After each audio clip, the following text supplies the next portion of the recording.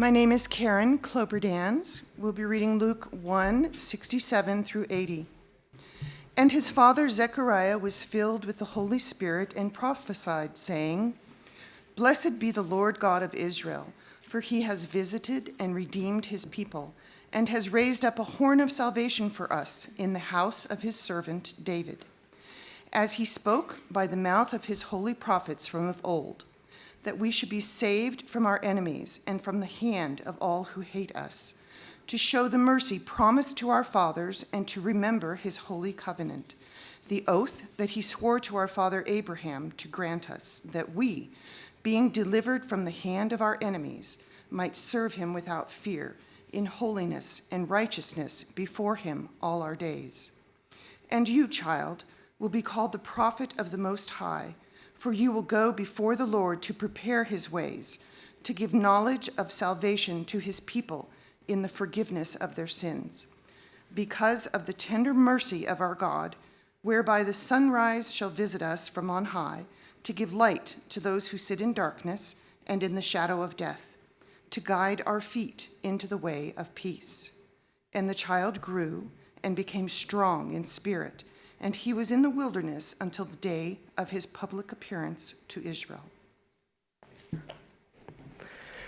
Well, I don't think I need to convince anyone here that love is a prominent theme at Christmas. It's something that we talk about. It's something that we think about so often. It's even to the point that we just get cards that just say love on them and a Christmas tree, and we think that's normal. Yeah, that makes sense. It's a time of love. Even so many of the movies that we watch in this time are about or resolved by love. I mean, Buddy the Elf falls in love with Jovi. Kevin McAllister learns to love his family after being left home alone. George Bailey learns to love his life, discovering, it is in fact a wonderful life. Hans Gruber loves the money that they store at Nakatomi Plaza to the point that he's willing to die hard for it. Even our music as well points to this theme of love. So many of them actually end up just being love songs that take place when it's cold outside. We sing, All I Want for Christmas Is You, but recognize it doesn't always work out because last Christmas I gave you my heart, and now it's going to be a blue Christmas without you. All throughout the Christmas season, we talk about love or the loss of love. It is something that we focus on throughout. But in all these examples, it points to the idea of all these different meanings that we can have for this word love. That we can love stuff and things and animals. We can love people, but also love people different from one person to the next. And all of that is captured by one word, love. And yet, while we love these things, and while some of them are good, I emphasize some, while some of these things at Christmas are good, they pale in comparison to the greatest picture of love that there is, of all that Christmas points to, the love that God has for his people. When I think about this idea of God's love for his people, the passage that first comes to mind for me is 1 John chapter 4, which talks all throughout about God's love for his people. It says this in verse 7, Beloved, let us love one another, for love is from God, and whoever loves has been born of God and knows God. Anyone who does not love does not know God, because God is love. I mean, just look at all that this passage talks about love. If only we were still in a Mark It Up. We could have a field day with this passage, right? Just circle every time you see love. We'll have to pass out new pens because we will run out. It's all throughout this passage. And it starts by calling God's people beloved. That this is what's said is true about his people. This is who you are. You are made lovely and loved by God. This is rooted in who you are. Your identity, God's beloved. I mean, how would we define a Christian? What is it that makes someone a Christian? Is it someone who's following Jesus? That's a good definition. I like that one. Or is it people who go to church or read their Bible? Less of a good definition, but those are good things that Christians do. However we define it, let's not lose sight of the fact of the identity that's given to us that's not based off of what we do. It's not based off of how good you follow Jesus, how much you go to church. But this is what God says is true about you, that you are his beloved. This is who you are. This is what defines you. This is what makes you up as someone loved by God.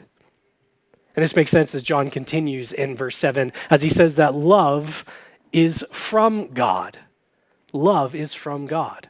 All love that we see in this world has its roots, is connected back to God as love is from God. Now, certainly we can love things that aren't helpful for us or aren't good for us. We can misuse this tremendous thing that God gives to us. But as we think about Christmas, how it's all talking about love, this makes sense because it's all connected to God. All love goes back to God, that he has made us in this way. We desire to know and be known by other people. We desire connection with others. We desire to be cared for by people. We seek out moments of heartfelt stories and tenderness because we're made for this. We were made for love. God made us in this way, made us to participate in love, made us as recipients of his love. This is what we've been made for. But he continues on in verse 8, that God is love. See, love doesn't just come from God. Love isn't just something that God does. It's who he is. God in his nature, what he's like, what makes up God. God is love. It's not an attribute that describes him. God is love. This means that he doesn't have some sort of switch that he can flick on or off depending on how he's feeling. Do I want to love today or not? He doesn't wake up one day and say, I'm just not feeling it today. This is who God is. If there was ever a time when God stopped loving, he would stop being God because God is love. Always, for eternity, God is love. As we think about what love means, as we start to try to put together a definition of it, I think it all goes back to what this passage is saying. There's all these different meanings of what love is. But as we look to the God who is love, from whom all love proceeds, we might start to get a better understanding of it if we look to him rather than other places. And what we see all throughout the Bible is love is not some passive feeling, but it's an active position that people are in. See, love isn't something that just happens to us, as if we have no control over ourselves. I didn't mean to, but I fell in love with someone else. I didn't mean to, but I fell out of love with you, as if there's no control. We're just the whims of our hearts. That's not what it is. Since God is love, since it all goes back to him, we see that love is not something fleeting. It's not seasonal. It's not finite, that it can run out. It can be exhausted. No, we look to God who is love, who is always loving towards you as our definition. And that's going to be bigger than what we tend to talk about with love, right? We say it's so important, it's such a big theme, and yet we have such a small understanding of it compared to the God who is love. We can love, but we're limited in it. God, however, is love. I love how John Stott captures this idea in a commentary on 1 John. He says, love is the very nature of God. If we're to not empty the word God of all of its meaning, we must realize that such an infinite, big, tremendous, holy God, yet personal creator, is not too great to be bothered with my tiny life. He is so great that he can be bothered with each of us individually. This is the picture of God's love for you, that he knows you. He knows all about you. And he does not leave us on our own to try to discover this. He doesn't create his love as some sort of puzzle that if we solve it, then we can finally understand what he's like. He doesn't leave us to try to stumble around until we happen to see, oh, God does love us. He reveals this. He shows us. He quite clearly makes this known. God's love for you is revealed. And he's not bothered by us. He's not someone that we have to win the affections of, that we have to prove our worthiness, but he's always accessible. He's always near, always caring. In other words, he is always love. I love the way that the hymn describes it. It says, "O love that will not let me go." God, in his love, does not leave us alone. He doesn't let us go. He doesn't leave us on our own to try to figure things out, but instead he writes his love on our hearts in the skies. Every corner of the universe radiates the phrase, God loves you. He makes this clear. He makes it known. His love is clear all throughout. And this shows in the fact that God does not leave us on our own. Now, this is different than the complaint I tended to get from my sisters growing up. It's not as though I can call my parents now and say, no, this was how I showed my love. Me pestering them, me being an annoying little twerp, was me not leaving them alone. That's loving. No, God is loving in this way because we are desperate for him. We need him. We are filled in him. And he doesn't force us to try to come to that conclusion by ourselves. He doesn't leave us to stumble and fall. That even though we turn away towards other things, we are made to receive love from him, and we direct that to lesser things. We content ourselves with lesser loves. God does not leave us alone in that time, but pursues us, continues to go after us, continues to love. As we continue in 1 John chapter 4, we see this idea clearly in verse 9. It says, in this, the love of God was made manifest among us. It was revealed. It was made known. His love was in our very presence by God, in that God sent his only Son into the world so that we might live through him. See, God most clearly shows his love in the sending of his Son. The God who always loves you makes that most clear at Christmas.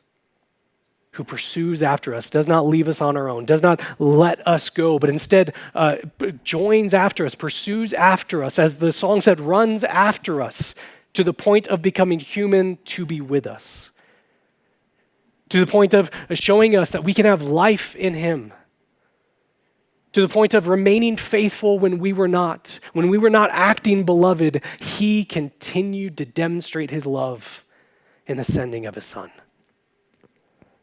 The clearest place that we see God's love for us is Christmas. But it's not as though this comes out of nowhere. It's not that God created this new plan, like, this could be a new way that I could show my love, or this is a new love that I have. No, God has always loved you. From the beginnings of the universe, from all time, God has loved you. He has constantly been showing and telling of his love for his people.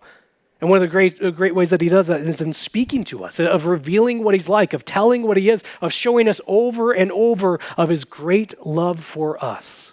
But even this is best seen at Christmas. Hebrews 1 says God spoke in many times, in many ways in the past, but now he has most clearly spoken in his Son.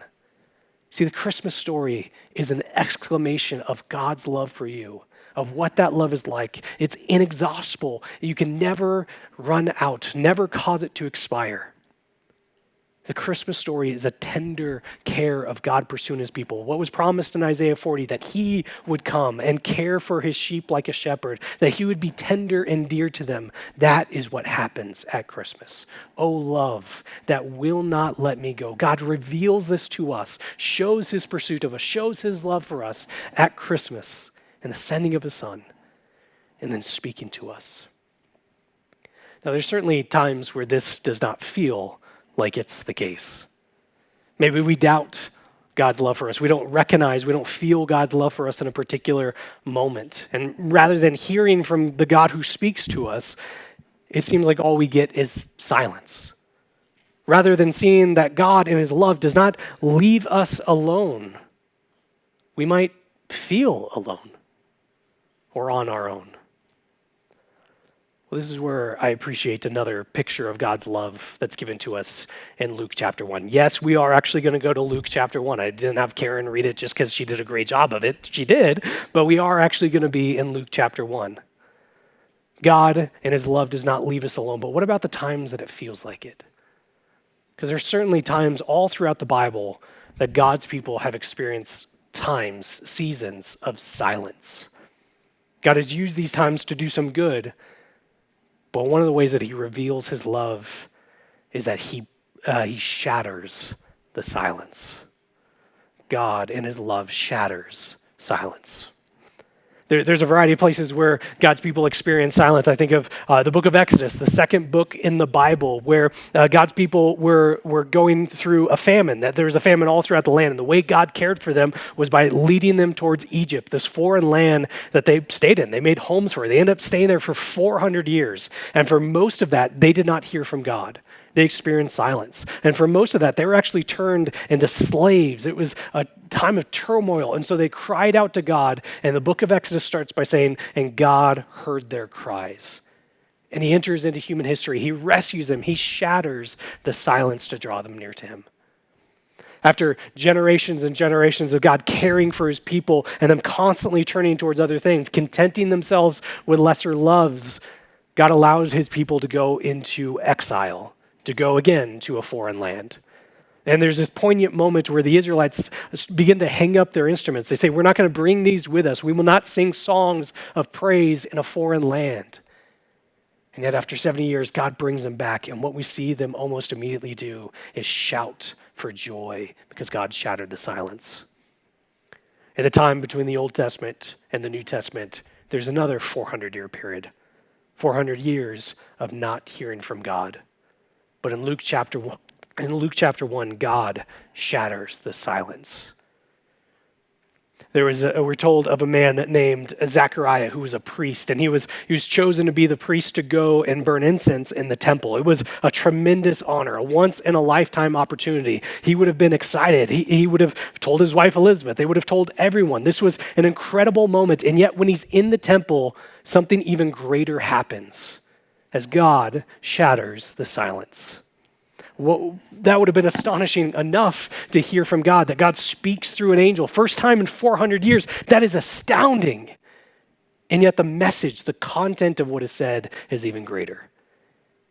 Because God speaks through this angel to tell Zechariah that you're going to be part of me showing the love that I have for everybody.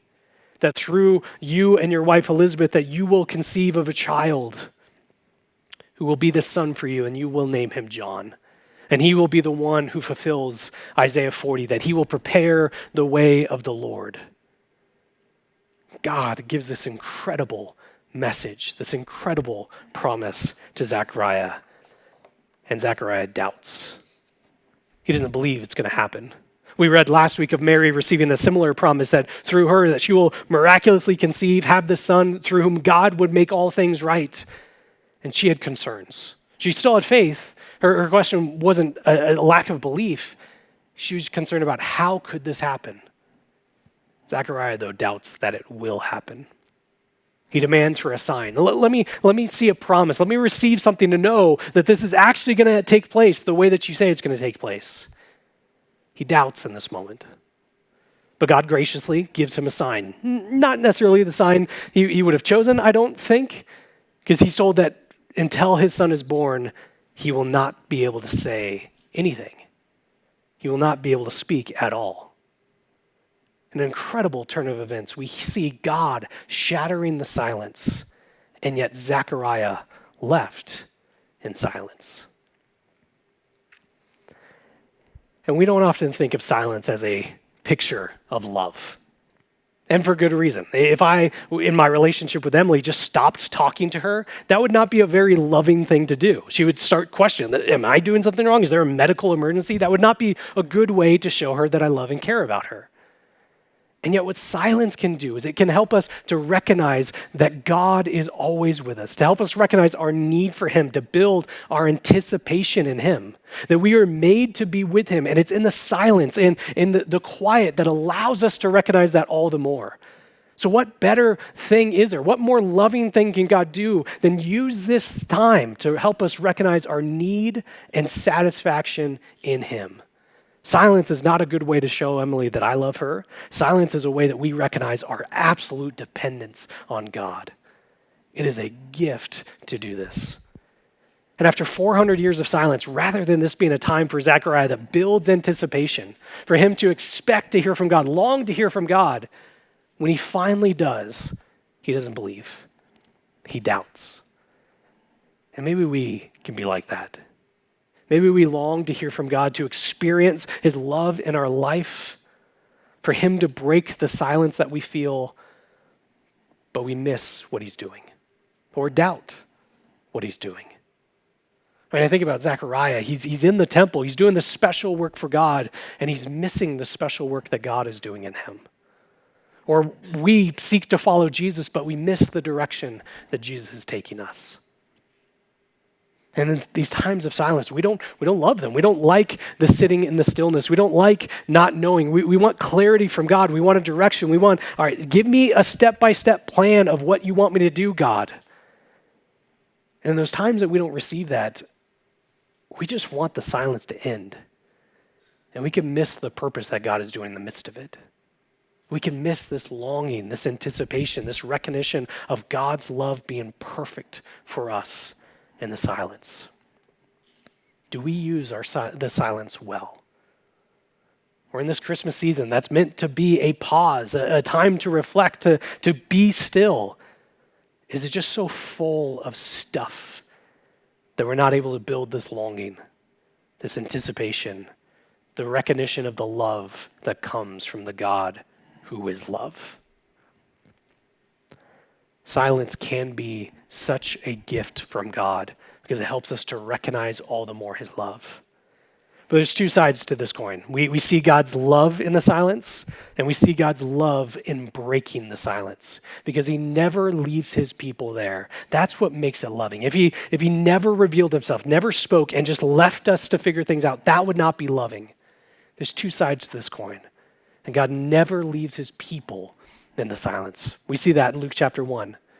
That God made this promise to Zechariah and he doubted, and he didn't just leave him there. He didn't say, fine, I'll find someone else. I'll go somewhere else. But he continued to pursue, continued to show his love.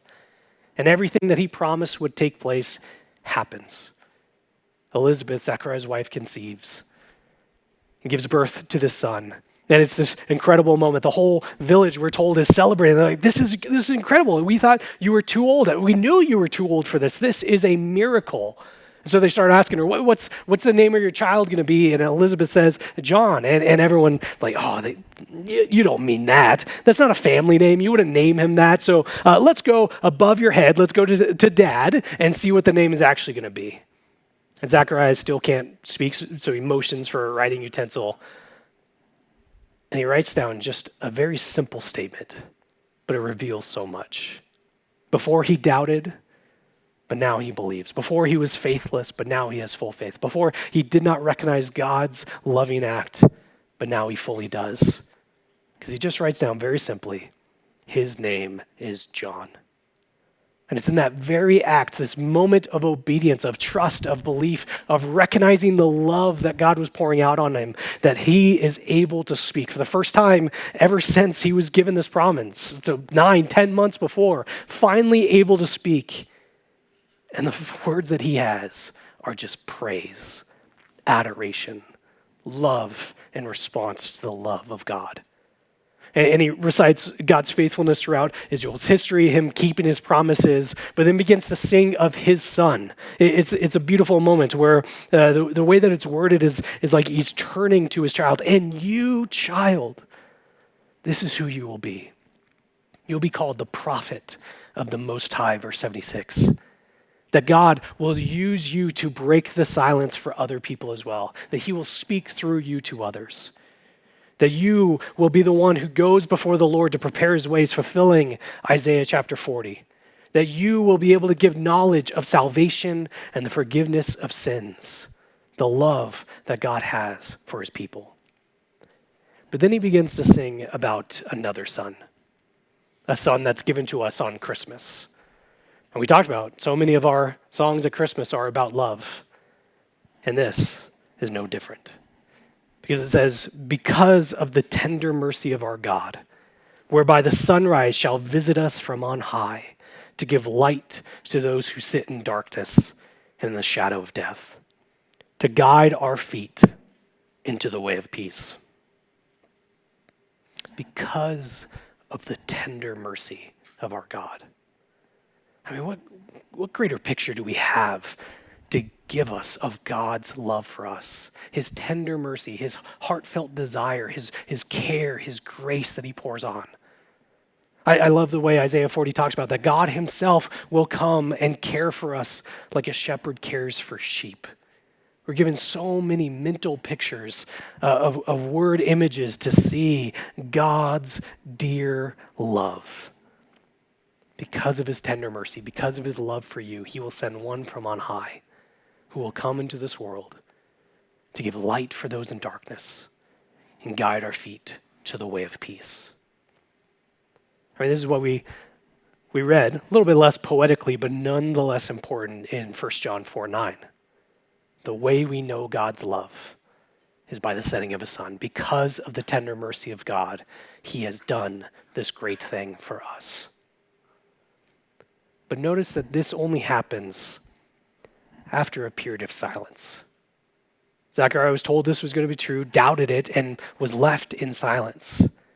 But it's in that time that he built anticipation, that he recognized God's loving act for him, that it's the moment of silence that God worked within to show Zechariah more clearly what he's doing. It was in the silence that he worked through this man to show him that what he says is true. It was in the silence that Zechariah was able to, over these months, write these words on his heart, even if they weren't written before. That this praise, this faithfulness comes because God worked through him in the silence. See, Advent is a time that is meant to be a pause, a time of stillness, a time of quiet, a time of silence. Because it's in those moments that we are able to see the love of God more clearly. But I know we don't want to stay there. We don't like the quiet. So much of our life is full. We jam-pack our schedule. There's not moments to pause. There's not times of stillness. So we just go from thing to thing to thing. Or even when we have moments, it's turn the TV on right away. We're in the car, we're listening to music. We put on a podcast or an audiobook. We have a soundtrack to our life at almost every possible time. We don't like these moments of stillness, of quiet. There could be a variety of reasons for that. Maybe we, when left to our own thoughts, we can go down some interesting rabbit trails. Or maybe it is that we think that something is wrong in the silence. Something must not be going right if I'm not hearing from God, if I don't feel as close to him. But what we see is that God is just as loving in the silence as he is when he shatters the silence. And Advent is a time that can help prepare us for that, where we pause and reflect and be still and look at the truth of Jesus entering in this world. Look at the truth of the love that God shows by the sending of his Son. Look at how God has revealed his love, constantly showing and telling us of what that's like. To build anticipation for the day that silence is shattered. To build anticipation of him making all things new. When we won't need silence anymore, when we won't need to long to see God because we will be with him face to face. But until that time, we take silence. We take these moments to pause, to build this anticipation, to recognize our need, to recognize all the more his love for us. We need the silence to remember that the love of God breaks through, to remember that God does not leave us there. See, without this pause, without the stillness of Advent, we could just become numb. We could become used to it. We could become like Zechariah, who was 400 years of silence. He was so used to it that he lost this longing, this anticipation. That even when he's in the temple, the place where God's presence was, where he's doing this special work from God, he completely misses that God is speaking to him in that time. It's baffling to me. How can you miss this in the temple? Until I remember how much time I spend here at church, how much time I spend with God's people, and how little I recognize God's love for me. We need these pauses. We need the stillness. We need the silence to help us see more clearly God's love for us. And so, we're going to do that.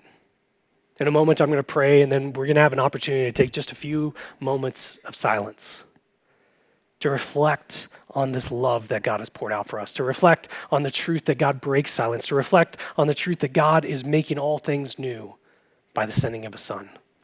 So it's an opportunity for us to remember that this is where we were. We were in a place of silence with God. When we didn't know him, when we weren't following him, when we did not see clearly his love, as we sang earlier, in the darkness, we were waiting without hope and without light. That is where we were. As we take these times to be still, to be silent, we remember where God has brought us from. It also builds the longing for the day when Jesus comes back and silence will be nevermore.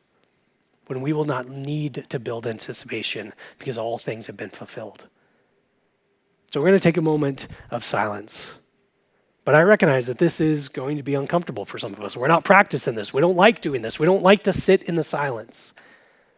So that's why I think it might be helpful for us to fill our mind with remembrance, to build this anticipation, to look towards this loving God who has constantly shown his love to us. As we sit, as we're still, as we pause, we do so knowing that God is loving now, as he always has been, as he always will be. Let me pray, then we can take this moment. Father, you are a God who knows our limitations, our lack, our limits that we have. And yet you are the God who constantly reveals that you are with us, constantly gives us ways that we can know, ways that we can greater experience this. That even in the times that it feels like we are missing something, that you don't seem near, that you seem absent, that we feel alone, that is never true. That even in these times that we don't feel as loved by you, we are just as loved now as we ever will be. That it's actually in these times, it's building a longing, building anticipation, building excitement for the day that we know is coming. So let us use this time not as merely another thing to do, to stop, something to add to this season, but let it be a time that's fulfilling all that you mean for it, that it's in the stillness, in the quiet, that we can best see your love for us. So it's to you and you alone we pray.